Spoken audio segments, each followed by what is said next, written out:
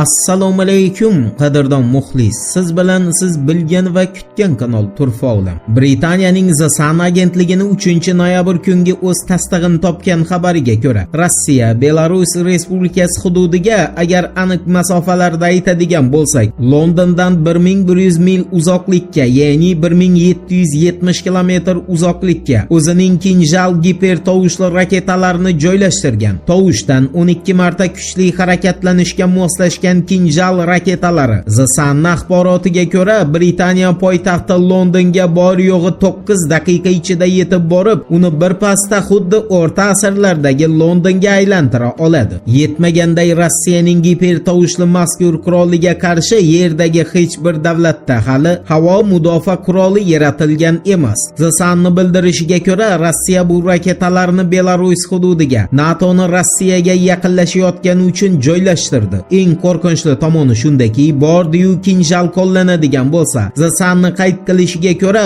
uni kelib tushib nishonni yo'q qilgunga qadar qayerdan uchib kelganini aniqlaydigan tizimning o'zi yo'q. Ya'ni Kinjal Yevropaga borib, Rossiyadan qaynoqqina salom yetkazadigan bo'lsa, uni Rossiyadan ekanini yevropaliklar faqat bu turdagi qurolni Rossiyada borligidan bilishlari mumkin. Eslatib o'tamiz, Rossiya Kinjallarni Ukrainada 19-mart kuni bir marta, unda ham Nikolayevsk va Ivano-Frankivsk viloyatlaridagi qurol omborlarini yo'q qilish uchun qo'llagan. Uning vayronkorlik darajasini ko'rgan Qo'shma Shtatlar, xususan prezident Bayden Oq uydagi o'zini bayonotida 20-mart kuni bu raketani jahondagi boshqa raketalardan umuman farqi yo'q. Biroq yagona farq shuki, uni to'xtatishni imkoni yo'q degan. Xullas, endi Yevropa Rossiyani nishoni markazida qoldi. Endi esa Rossiyani o'zi to'xtatib qo'ygan Istanbul shartnomasiga qaytgani bilan bog'liq xabarga e'tiboringizni qaratamiz.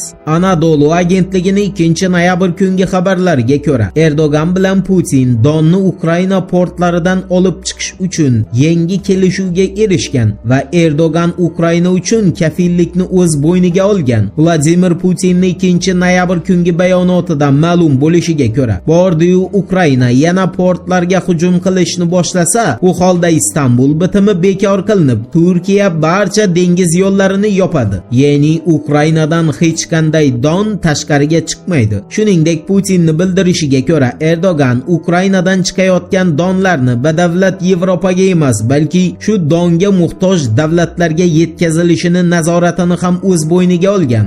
Endi shu o'rinda Rossiya hukumatini Ukrainada yadro qurolini qo'llash bo'yicha o'tkazgan yangi bir maxfiy yig'ilishiga e'tiboringizni qaratamiz.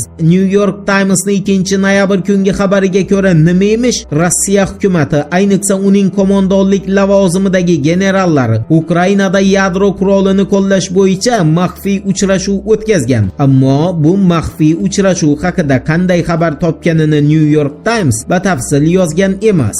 Gap shundaki, agentlikning aniq sonlariga ko'ra, Rossiyada ayni damda 2000 ta taktik yadro quroli bor va Rossiya ularni xohlagan paytda Ukrainada ishga solishi mumkin. Pentagon rasmiysini New York Times'ga bildirishiga ko'ra, hozir Rossiya shu qurollarni Ukrainada qo'llashni rejalashtirmoqda va bordi-yu u shu ishga qo'l ursa, u holda Ukrainaning juda katta hududi hayot uchun yaroqsiz holga kelib qoladi. Unday bo'lmasligiga ulkan umidlar bog'lab so'nggi xabarga yuzlanamiz. 5-noyabr kuni bilmaganlar uchun eslatib o'tamiz. Britaniyada har yili Guy Fawkes tuni nomli bayram nishonlanadi. Unda britaniyaliklar xalqqa foyda o'rniga ziyon keltirgan siyosatchilarni qog'ozdan yoki somondan yasalgan haykallarini xalq oldida yoqishadi. Buni qarangki, Bloombergning xabariga ko'ra, bu yil britaniyaliklar Guy Fawkes tunida 44 kun bosh vazir lavozimida o'tirgan Liz Truss haykalini yoqishadi. Kimgadir Guy Fawkes notanish bo'lsa tanishtiramiz. Guy Fawkes 1605-yilda Britaniya hukumatini yo'q qilish uchun uni yerto'lasiga porox to'ldirgan xalq qahramoni hisoblanadi.